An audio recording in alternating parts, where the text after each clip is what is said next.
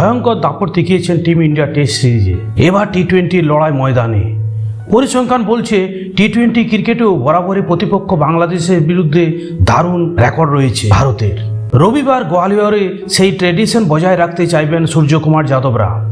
সামনে রয়েছে নিউজিল্যান্ড ও অস্ট্রেলিয়ার বিরুদ্ধে জোড়া টেস্ট সিরিজ। সেই কারণে মোহাম্মদ সিরাজ, জসপ্রীত বুমরা, যশস্বী জয়সওয়াল, শুভমন গিলদের মতো খেলোয়াড়দের বাংলাদেশের সিরিজে রাখেননি বিসিসিআই। মহান তারকাদের অনুপস্থিতিতে তাদের জুতোয় পা গলিয়ে কেমন পারফরমেন্স করবেন তরুণ তুর্কিরা, নজর থাকবে সেই দিকে। পক্ষান্তরে বাংলাদেশেও রয়েছেন রাকিবুল হাসান, তানজিম হাসান সাকিব, তাওহিদ হৃদয়ের মতো এক ঝাঁক তরুণ।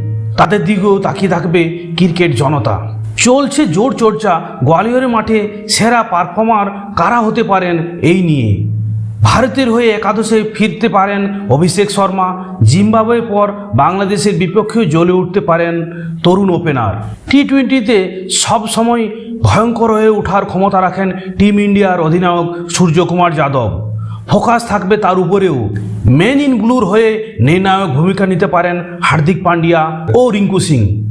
রবিবারের ম্যাচে বড় সুযোগ সঞ্জু স্যামসনের জন্য। বাংলাদেশের ব্যাটারদের মধ্যে বড় ভূমিকা নিতে পারেন লিটন দাস, নাজমুল হোসেন শান্ত।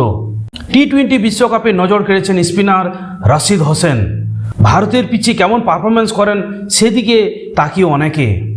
এছাড়াও বোলারদের মধ্যে আর্শদীপ সিং, মুস্তাফিজুর রহিম ম্যাচের মোড় ঘোরাতে পারে বলে মনে করা হচ্ছে।